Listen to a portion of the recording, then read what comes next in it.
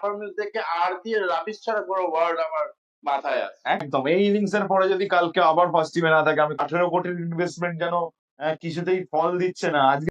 That's a good shot, beautifully played down the ground. That's a lovely cover to straight drive. ये क्या हुआ, कैसे हुआ, KKR क्या हो गया यार, and hats off captain Iyer.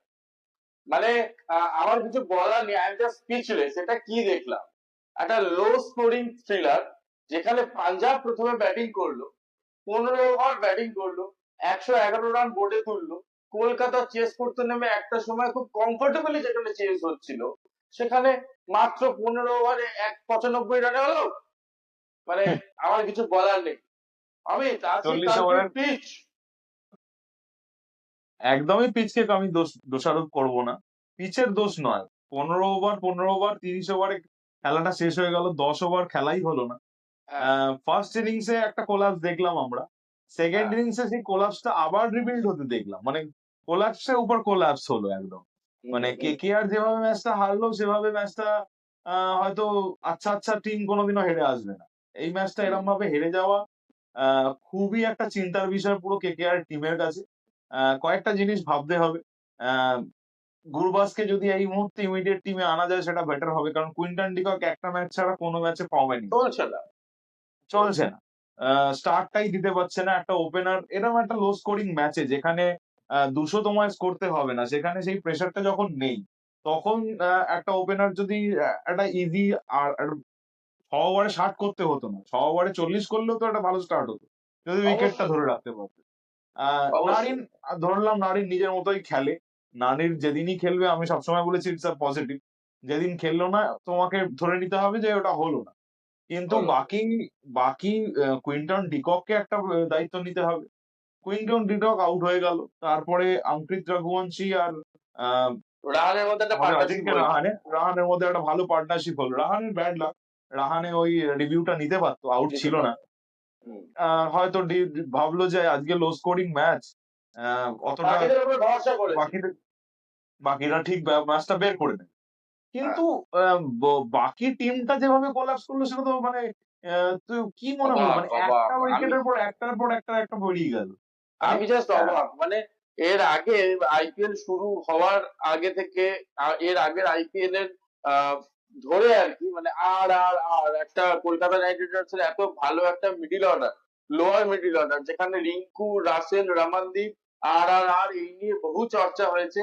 কিন্তু সত্যি কথা বলতে এখন পারফরমেন্স দেখে আর দিয়ে রাবিশ ছাড়া কোনো ওয়ার্ড আমার মাথায় আসে। একদমই একদম। যেখানে একটা টিম এত ভালো বোলিং পারফরমেন্স করলো, এত ভালো একটা বোলিং পারফরমেন্স, 111তে একটা টিমকে আটকে দেওয়া গেল 120 ওভারে 120 বলে, 120 বলে, যেখানে একটা টিমকে 111-এ আটকে দেওয়া গেল, সেখানে দাঁড়িয়ে 112 রান করা খুব একটা আহামরি। আর সেরকম বল ঘুরছিল না, কিন্তু এই নয় যে খুব সুইং হচ্ছিল বা খুব বল ঘুরছিল, প্রেশারটা হ্যান্ডেল করতে পারলো না কেকেআর, একদম কি হলো মানে প্রেশারটা হ্যান্ডেল করতে 112 পারলো রান চেস করতে গিয়ে কিসের প্রেশার, মানে আমার তো না। বুদ্ধির বাইরে। মানে আমি বুঝতেই পারছি না যে হঠাৎ করে কি হলো। 2 উইকেট পড়ে যাওয়ার পরে প্রেশারটা কিন্তু অজিঙ্ক্য রাহানে খুব সুন্দর হ্যান্ডেল করছিল। 17 বলে 17 একটা ওই ইনিংসেরই দরকার ছিল। সবাই তো বাই বল রান করলে হয়ে যেত, কেন ভেঙ্কটেশ আইয়ার একটা রাফ শট মারতে গিয়ে আউট হয়ে গেল, কেন না অঙ্কিত রঘুবংশীরটা একটু আনলাকি ভাববো, তাও একটা প্লেস করতে গেছিল, ক্যাচ হয়ে গেছে, তাও আজকে 37 রান করেছে। ওর যে ইনিংসটা খেলেছে সেটা দরকার ছিল, এবং সেরকম এরকম আরো একটা দুটো ইনিংস হলেই ম্যাচটা বেরিয়ে যেত। কিছুই ছিল না ম্যাচটার মধ্যে। রিঙ্কু কেন প্রথম বলে নেমেই একটা কেমন একটা প্যাডেল সুইপ করতে গেল, মারতে গেল, স্পিনারকে প্যাডেল সুইপ মারছে, মানে স্পিনারের পেসটা কোত্থেকে জেনারেট হলো, আর ওকে এইটুকু দেখছে না যখন দাঁড়াচ্ছে পিছনে লেগ স্লিপ দাঁড় করিয়েছে। তো লেগ স্লিপ ছিল না, স্লিপ ছিল। আইয়ার যখন শটটাও মারতে যাচ্ছে, আইয়ার তখন স্লিপ থেকে লেগ স্লিপে দৌড়ে চলে এসে ক্যাচটা নেয়। তো মানে আমি জানি না, মানে কিছু বলার নেই। এরকম মিজারেবলি কলকাতা নাইট রাইডার্স, যারা এবারে ডিফেন্ডিং চ্যাম্পিয়ন, তারা এভাবে ফল করবে মানে ভাবার বাইরে। তবে আমার তোর কি মনে হয় না যে রাসেলকে নিয়ে এবার ভাববার সময় এসেছে? হ্যাঁ, আমি ওটাই বলতে যাচ্ছিলাম যে খুবই রাসেল কিন্তু পুরো সিজনটা হয়ে গেল, আমরা কিন্তু অনেকক্ষণ ধরে দেখছি রাসেলকে বোলিং একটা দুটো ম্যাচে করায়, একটা দুটো ম্যাচে ম্যাক্সিমাম ম্যাচে করায় না। আমরা মঈন আলীকে খুব ভুগছি, কিন্তু মঈন আলী যেদিন যেদিন খেলেনি সেদিন সেদিন KKR হেরেছি। আজকেও হয়তো একদম। তার একটা অ্যাবসেন্স মিস করলাম। হয়তো আন্ড্রে নকিয়া 3 ওভারে আজকে ভালোই বল করেছে, একটা উইকেটও পেয়েছে, কিন্তু ওর জায়গায় যদি একটা স্পিনার খেলতো, আমরা দেখেছি আজ স্পিনাররা কত এফেক্টিভ হয়েছে। এফেক্টিভ সেখানে যদি হয়েছে। আজকে আজকে যদি একটা স্পিনার খেলতো, তাহলে হয়তো আমাদের কাছে একটা এক্সট্রা ব্যাটসম্যান থাকতো মঈন আলীর ক্ষেত্রে। যেটা নকিয়া হয়তো লাস্টে নামলো বা নামতেই পারলো না, কিন্তু মানে ওইরকম একটা সিচুয়েশনের তো দরকার ছিল না। মানে মাঝখানে রাসেলের মতো একটা দায়িত্ববান প্লেয়ার যে দীর্ঘদিন আমরা দেখেছি, এমন কিছু রান ছিল না, 5 ওভার এরপরেও বাকি ছিল, প্রথম বলেই মানে ফিফথ ওভারটা যখন ও লাস্ট উইকেটে খেলছে, প্রথম বলেই আউট হয়ে যাওয়ার তো মানে কোনো মানেই হয় না। মানে সব বল 6 মারতে পারবে, ও যদি দাঁড়িয়েও 4টে বল দেখতো, 4টে বলের মধ্যে 2টো 6 লাগালেও পরের বলে একটা সিঙ্গেল দিলে আবার ম্যাচটা বেরিয়ে যেত। একটু কুল থাকার দরকার। আমার রাসেল একদমই ফর্মে মনে হচ্ছে না, প্রথম স্পিনারকে 2টো 6 মেরে দিল, কিন্তু হুম। যখনই একটুখানি হার্ড লেন্থে বল আসছে, রাসেল কিন্তু আর সেই রাসেল নেই। আর সেই সেই রাসেল 2-3 ঠিক। বছরের আগের রাসেল একদমই নেই, যে হার্ড লেন্থ হোক, গুড লেন্থ হোক, শর্ট লেন্থ হোক, সব বল বাউন্ডারির বাইরে ফেলতো। সে এখন একটা হার্ড লেন্থের বল একটু ফাস্টে আসলেই সে আর খেলতে পারছে না, ক্যাচ তুলে একদম। দিচ্ছে, বোল্ড হয়ে যাচ্ছে। আর দেখ, টেলেন্ডার নিয়ে তো ব্যাটিং এর কিছু বলবো না, তারা যথেষ্ট চেষ্টা করছিল। তারা হরদীপের তাদের কাজটা ওয়াটার করেছে। তারা চেষ্টা তাদের করেছে, কাজটা কিন্তু করেছে, তারা বোলিং করে, কিন্তু আমি হ্যাঁ আজকের ম্যাচটা মানে ইরেসপন্সিবল ব্যাটিং এর যদি কোনো নমুনা রাখতে হয়, তাহলে দুটো টিমের ব্যাটসম্যানরা আজকে প্রতিযোগিতায় নাম লেখাতে পারে। এ বলে একদম আমায় দেখ, একদম। ও বলে আমায় দেখ। মানে পাঞ্জাবের ব্যাটিং যখন চলছিল, তখন মনে হচ্ছিল যে এত দায়িত্ব জ্ঞানহীন ব্যাটিং কেন। ঠিক আছে, মানে একদম প্রথমে দুটো উইকেট পড়ে যাওয়ার পরও তারপরও লোকজন এসে ব্যাট চালাচ্ছে এবং আউট হয়ে যাচ্ছে, ঠিক আছে। তারপরে কলকাতা যখন নামলো, তখন কলকাতা বুঝিয়ে দিল যে দায়িত্ব জ্ঞানহীনতায় আমরাও পিছনে থাকি না, আমরাও তোমাদেরকে সমানে টক্কর দিতে পারি। মানে একটা, মানে মানে এই এই ম্যাচটা নিয়ে ম্যাচটা আমার। আজ এই ম্যাচটা থ্রিলার হওয়ার তো কথা ছিল। মানে জোর জবরদস্তি একটা টিম থ্রিলার করে দিল, তারপর হেরেও একদম। গেল। আহ, মানে খুবই বাজে পারফরমেন্স KKR কে। এই বছর যদি IPL এ কিছু করতে হয়, এই 2-3টে পারফরমেন্স কে খুব আঙুল তুলে মনে করিয়ে দেবে যে এই কয়েকটা পারফরমেন্স এর জন্য হয়তো আজকে যদি শেষ অব্দি লিগ টেবিলটা টপে 4-এ না যেতে পারে, তার মধ্যে এই একটা বড় ম্যাচ হবে, কারণ আজকে রান রেটটা প্লাস করে নেওয়ার জায়গা ছিল। যে হুম। জায়গায় এই স্কোরটা ছিল, সেখানে যদি আজকে 12 কিংবা 15-16 ওভারেও উইকেট হাতে রেখে বেলাটা শেষ করতো, আজকে একটা ভালো রান রেট পেত, এক একদম। নম্বরে উঠেও যেত, একটা ভালো পজিশনে চলে যেত, প্লাস একটা ভালো রান রেট হতো। সেই জায়গায় ম্যাচটা হেরে চলে এলো, মানা যায় না। মানে খুবই বাজে পারফরমেন্স কলকাতার দিক থেকে। কখনো কখনো আমরা দেখেছি KKR এরকম একটা অদ্ভুত পারফরমেন্স দিয়ে ফেলে, সেরকম একটা অদ্ভুত পারফরমেন্সের মধ্যে আজকে একটা। মানে কলকাতা এবারে যেরকম কলকাতার প্রথম দিক থেকে যদি আমি পারফরমেন্স দেখি, কোনো ম্যাচে 238 চেস করতে গিয়ে 234 তুলে দিচ্ছে। কোনো ম্যাচে হ্যাঁ আবার দেখছি 200 রান ঘরের মাঠে করে 120-তে অপোনেন্টকে আউট করে দিচ্ছে। আবার কোনো ম্যাচে, এই বম্বের ম্যাচে, যেখানে কলকাতার ব্যাটিং হঠাৎ করে কোল্যাপস করে দেয়। আজকে কলকাতার ব্যাটিং হঠাৎ করে কোল্যাপস করে দেয়। মানে কলকাতার পারফরমেন্স বোধগম্য হচ্ছে না। মানে এতটা আপস এন্ড ডাউন, মানে নয় খারাপ খেললে খারাপ মানে খেলুক, পুরো নয় ভালো পুরো খেললে ভালোই কয়েনের খেলুক। মতো হচ্ছে ব্যাপারটা। কয়েনে একদিন একদিন চকচক করছে হেডের মতো, একদিন টেলের মতো ধুয়ে যাচ্ছে একদম, এরকম একটা পারফরমেন্স আর কি। যাই KKR এর হোক, টিম আজকে ম্যানেজমেন্টের শ্রেয়াস। কয়েকটা ডিসিশন নিয়ে ভাবা দরকার। হুম। আর কয়েকটা, যেটা তুই বলতে যাচ্ছিস, শ্রেয়াস আইয়ারের ক্যাপ্টেন্সিটা যেন আজকে আবার প্রমাণ করলো কোথাও, যেন হুম। শুধু কোচ দিয়ে একটা টিম ট্রফি জেতে না, ক্যাপ্টেন্সিটাও ম্যাটার করে। সেটাই হয়তো প্রমাণ করলো। আরেকটা প্রশ্নে আসবো, যে আজকে কেমন লাগলো চাহালের কামব্যাকটা? প্রথম আজকে চাহাল 4টে উইকেট পেলো, চাহাল বরাবরই খুব ভালো স্পিনার। মাঝখানে চাহালের হাইয়েস্ট ফর্ম উইকেট ছিল টেকার না। IPL। হ্যাঁ, একটা সময় আহ, চাহাল মানে RCBর মতো টিম, যেখানে 7টা হোম ম্যাচ চিন্নাস্বামীতে খেলতে হতো, সেখানে মানে স্পিনাররা ভয়ে ভয়ে থাকতো, সেখানে চাহাল সেখানে পারফরমেন্স করে এসছে, সেখানে উইকেট নিয়েছে। তো চাহাল যথেষ্ট বড় মাপের স্পিনার। কিন্তু যাই হোক, মাঝখানে তার পার্সোনাল লাইফ নিয়ে হোক বা তার নিজস্ব কোনো কারণে হোক, তার ফর্ম ডাউন ছিল, যেখানে আমরা চাহালের থেকে চাহাল সুলভ পারফরমেন্স পাইনি।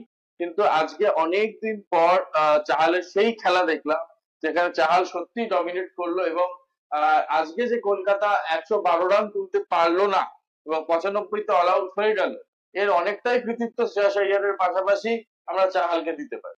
না হয়তো চাহালের জন্যই ম্যাচটা হয়তো পাঞ্জাব আজকে বের করতে পারলো আর কি। আমি এটাই বলবো। মানে একটা টাইমে যখন রাসেল মেরেও দিল, স্টিল ও যখন বর্ডার ওভারটা এসে একটা ভালো বল করলো, মানে কমেন্ডেবল কিন্তু।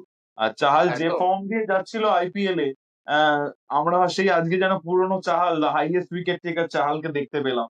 কেন সে একদম। আইপিএল এর সবচেয়ে বেশি উইকেট এর দাবিদার সেটা আমরা দেখতে পেলাম। মারাত্মক খেললো আজকে।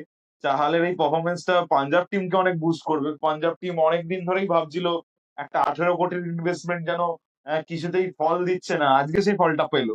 আজকে এরকম একটা লো স্কোরিং থ্রিলারে যেখানে পাঞ্জাবের চান্সেস বা 0-9, সেখানে ম্যাচটা জিতে ফিরলো। সেটা অবশ্যই। কমেন্ডেবল। হয়তো দারুণ বলিং পাঞ্জাবের ইনিংস। 18 কোটির ইনভেস্টমেন্ট পাঞ্জাবকে এতদিন দিচ্ছিল না ফলাফল, সেটা হয়তো পাঞ্জাব আজকে রিডিম করলো। পাঞ্জাবের একটা 26 কোটির ইনভেস্টমেন্ট, যেটা শ্রেয়াস আইয়ার দুর্দান্ত ফর্মে আছে, ক্যাপ্টেন্সি দুর্দান্ত করছে, কিন্তু এবার কলকাতা ম্যানেজমেন্টকে ভাবতে হবে একটা 22 কোটির ইনভেস্টমেন্ট সেটা কতটা ফসল একদম তুলে একদম। দিচ্ছে কলকাতায়। কারণ কোথাও না কোথাও মানে ডিরেক্ট না হলেও কোথাও না কোথাও শ্রেয়াস আইয়ারের কে 26 কোটি বা 27 কোটি টাকা দেওয়ার তুলনায় কলকাতা ম্যানেজমেন্ট মনে করেছিল যে 22 কোটি টাকা ভেঙ্কটেশ আইয়ারকে রাখাটা বেশি worthy। বেশি। সেটাই ইয়েস। প্রশ্ন তুলে দিয়ে গেল আজকের ম্যাচটা যে কতটা worthy। আজকে একটা 22 একদম কোটি একদম। টাকার প্লেয়ার, সে যদি আজকে লো স্কোরিং একটা ম্যাচে যদি টিমকে ভরসা নাই দিতে পারে, তাহলে এরকম ইনভেস্টমেন্টের কি প্রয়োজন। এর ম্যাচ যেভাবে কলকাতা হারলো, তাতে অন্তত আমি এটুকু বলে দিতে পারি যে কলকাতা প্লে অফস এর জন্য ডিজার্ভিং ক্যান্ডিডেট অন্তত আমার চোখে নয়। আমি কলকাতাকে এবারে প্লে অফস এ দেখছি না। আমার মনে হয় কলকাতার থেকে আরো বেটার 4টে টিম আছে যারা প্লে অফস এ যেতে পারে আর। তো সেই দিক থেকে কলকাতাকে আমি প্লে অফস এ এবছর রাখতে পারছি না। তোর কি মত? কিন্তু আমার আমার যেটা মনে হচ্ছে, Kolkata as a bowling unit সবচেয়ে স্ট্রং, হুম। সবচেয়ে স্ট্রং বলিং ইউনিট পুরো আইপিএল এ। কলকাতা ডিজার্ভ করে সেই ইউনিট নিয়ে টপ ফোরে যাওয়ার। কিন্তু ব্যাটিংটার ইনকনসিস্টেন্সি খুব ভোগাচ্ছে টিমটাকে। কোন দিন রাহানে ছাড়া এখনো পর্যন্ত আমি একটাও কনসিস্টেন্ট প্লেয়ার দেখলাম না পুরো টিমে। Not hmm. Even a single player যে আর অঙ্কিত রঘুবংশী একটু খেলেছে ভালো, এটা বলতে হবে। হুম। কুডোস, অবশ্যই। বাচ্চা ছেলেটা ভালো খেলছে। হুম। অঙ্কিত রঘুবংশী আর আজিঙ্কে রাহানে ছাড়া, দুটো ক্লাস গুড প্লেয়ার্স ছাড়া বাকি কাউকে আমি আহ, ওখানে একদিনও ভরসা নেই। ভরসা দেখছি না। কোনো কন্টিনিউয়াস ফর্ম নেই কারু। একদিন খেলছে, দুদিন খেলছে না, 3 দিনের দিন আবার হয়তো জ্বলে উঠছে, আবার 4 দিনের দিন নিভে যাচ্ছে। ভেঙ্কটেশ আইয়ার একটা ম্যাচে জ্বলে উঠলো, আহ কোয়েন্টেন ডিকক একটা ম্যাচে জ্বলে উঠলো, রাসেলকে তো আসলে, রিঙ্কু সিং দুটো ম্যাচে হ্যাঁ, ভালো পারফরমেন্স দুটো করলো, ব্যাস। করলো। কিন্তু রমনদীপ অনেকটা একটা খুব প্রমিসিং ক্যান্ডিডেট, কিন্তু সেখানে রমনদীপও এবছর আজকে যে শটটায় আউট হলো সেটা তো খুবই দুঃখজনক, এবং আমারও তো। একদমই এক্সপেক্টেড ছিল না। আর সেও কোনো পারফরমেন্স এমন ভাবে দিচ্ছে না। আজকে ফিল্ডিং এ দুটো ভালো ক্যাচ নিয়েছে। ফার্স্ট ক্যাচটা ভালো ছিল, সেকেন্ড ক্যাচটা তো যেটা শ্রেয়াস আইয়ার মারাত্মক। কেমন ফিল্ডিং বোলিং এত সুন্দর হওয়ার পরে একটা টিম কি করে এত বাজে ব্যাটিং করতে পারে, এটাই সবচেয়ে বড় প্রশ্ন থেকে গেল। কেকেআর এই প্রশ্ন ম্যানেজমেন্টকে থেকে এটা নিয়ে যাবেই। ভাবতে হবে। অবশ্যই কেকেআর ম্যানেজমেন্টকে ভাবতে হবে। আজকে বিগ ম্যাচ আছে, যেখানে দিল্লির অরুণ জেটলি স্টেডিয়ামে, দিল্লির হোম ম্যাচ, যেখানে দিল্লি কালকে রাজস্থানের মুখোমুখি হচ্ছে। দিল্লি পর পর 4টে ম্যাচ জেতার পর গত ম্যাচে তারা হেরেছে মুম্বাইয়ের কাছে, যেখানে আমরা দেখেছি যে ম্যাচের শেষের দিকে 3টে লাগাতার রান আউটে দিল্লির এই উইনিং রানটা শেষ হয়ে গেছিল। তো কালকে হ্যাঁ, দিল্লি হবে রাজস্থানের মুখোমুখি, যদিও রাজস্থান খুব একটা ভালো ফর্মে নেই। আমি রাজস্থানকে খুব একটা ভালো শেপে দেখছি না। সেখানে কালকে দিল্লি আবার কি ফিরবে জয়ের রাস্তায়? কালকের ম্যাচটা একটা ব্যাপার। রাজস্থানকে যদি ঘুরে দাঁড়াতে হয় তাহলে সঞ্জু স্যামসাং এর ফর্মটা খুব ইম্পর্টেন্ট ওদের কাছে। সঞ্জু একদম। স্যামসাং অ্যাজ আ ক্যাপ্টেন তো অনেকদিন এক্সপিরিয়েন্স হয়ে গেছে এখন, হুম। কিন্তু কি হচ্ছে, ওর নিজের ফর্মটা ওদের টপ অর্ডারকে খুব ভোগাচ্ছে। যেহেতু এবছর ওদের কাছে ভালো বড় বিদেশি ওপেনিং স্লটে বা ফার্স্ট ডাউন সেকেন্ড ডাউনে কোনো ভালো বিদেশি নেই, সেই হুম। জন্য সঞ্জু স্যামসাং এর ফর্মে থাকাটা খুব রাজস্থানের কাছে জরুরি। রিয়ান একদম। পরাগ মিডল অর্ডারও কনসিস্টেন্ট হতে পারছে না। জয়সওয়াল ফর্মে ফিরেছে, যেটা ওদের পক্ষে খুব ভালো কথা। জয়সওয়ালের ফর্মটা যদি কালকে দেখা যায় আবারও, তাহলে নিশ্চয়ই একটা ভালো সুযোগ থাকবে ওদের কাছে। ওদের বোলিংটা একটু উইক, যেহেতু শুধু জফরা আর্চার ছাড়া কোনো আমি একটাও সেরকম তীর বোলার। দেখতে পাচ্ছি না। একটাও তীর নেই, একটাও ফিয়ার্স বলার নেই যাকে দেখে একটা টিম ভয় পেতে পারে। Sandeep Sharma is a good competitive bowler, কিন্তু সে হয়তো 40 রানের কম খেতে পারে, কিন্তু সে কটা উইকেট বের করতে পারে সেটা খুবই ডাউটফুল। যেভাবে রাজস্থানের ওরা বলার বলতে বলিস, রাজস্থানের বলারের মধ্যে জোফরা আর্চার মেইন বোলার, এর পাশাপাশি আমি মহেশ থিকসানা আর তার সঙ্গে কিছুটা সন্দীপ শর্মা, এরা ছাড়া বোলিং এ সেই অর্থে কোনো পাওয়ার আমি অন্তত দেখতে পাই না। মানে রাজস্থান হ্যাঁ এবারে হ্যাঁ তার ওদের বোলিং ইউনিটটা কিভাবে গুছিয়েছে আমি জানি। একদমই সেটা একটা বড় ফ্যাক্টর হয়ে গেছে ওদের কাছে, যেহেতু ওই টিমটার ব্যালেন্সটা খুব বিগড়ে গেছে এই বছর। আমার মনে হয় ওদের রিটেনশন পলিসি হোক বা এই বছর আইপিএল এ যে স্ট্র্যাটেজি নিয়ে ওরা অকশনে নেমেছিল অপশনে সেটা হ্যাঁ। কোনোভাবেই ওদের ট্রুথফুল হয়নি। সেটা পুরোপুরি ম্যাচগুলোতে দেখা যাচ্ছে। তো সেই দিক থেকে দেখতে গেলে সঞ্জু স্যামসং যদি একটা এক্স ফ্যাক্টর না কাজ করে অ্যাজ আ ব্যাটসম্যান, তাহলে ওদের কাছে চান্সেস খুব কম। দিল্লি একটা ম্যাচ হেরেছে খুব ক্লোজ, মানে আমরা খুব close। মানে লাস্টের মোমেন্টে একটু ক্যাজুয়াল হয়ে যাওয়াতে 3টে রান আউট হয়ে গেল, নইলে ম্যাচটা হয়তো সেদিন কেউ বের করে নিত। দিল্লি বের করে এমন দিত, হ্যাঁ। এমন পজিশনে চলেই যাচ্ছিল। সেইখানে খুব ক্লোজ একটা ম্যাচ হেরেছে। আর একটা হার হয়তো একটা বড় টিমকে কখনো কখনো কিছু নিজের ভুল ত্রুটি শুধরে নেওয়ার চান্স দেয়। আমার মনে হয় সেই ভুল ত্রুটিগুলোই কালকে শুধরে নেবে তো এবং কালকে দিল্লি আবার কালকে জয় ফিরবে। কারণ কারণ কামব্যাক নায়র কি ফার্স্ট ইলেভেনে থাকবে? একদম একদম একদম এই ইনিংস এর পরে যদি কালকে আবার ফার্স্ট টিমে না থাকে আমি খুব চকিত হব। মানে মানে সত্যি খুব ডিসঅ্যাপয়েন্ট এরম হবে। এরম একটা ইনিংস এর পরে একটা প্লেয়ারকে ফার্স্ট টিমে তো রাখাটা একদমই জরুরি। একটা ভালো হলো ওদের একটা স্লট ইন্ডিয়ান প্লেয়ার বেড়ে গেল পুরো টিমের ব্যাটিং লাইন আপে, যেটা ওদের টিমটাকে আরো স্ট্রং করেছে। যেহেতু আরো বেশি ব্যালেন্স হবে।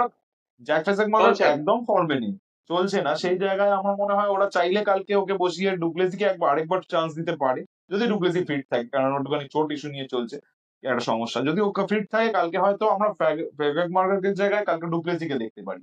এবং ওই টিমটার যে ব্যালেন্স সেটা নিয়ে তো বলারই নেই। আর ব্যালেন্সটা আরো বাড়িয়ে দিল কারুন নায়ার এসে। তোর কি মনে অবশ্যই হচ্ছে? সবাই মোটামুটি দিল্লির টিমে ফর্মে আছে। যেখানে আমরা কেএল রাহুলকে ফর্মে দেখছি, যেখানে আগের দিন করুণ নায়ার একটা অসাধারণ ইনিংস খেলেছে। তারপরে ক্রিস্টিয়ান স্টাফ যথেষ্ট কোয়ালিটি ব্যাটসম্যান, তাকে ভরসা করা যায়। তার সঙ্গে ফিনিশিং এ বিভরাজ নিগম, আশুতোষ শর্মা, মানে আমার দিল্লির টিম এবারে ওয়ান অফ দ্য অক্ষর ব্যালেন্স পটেল। টিম লাগছে।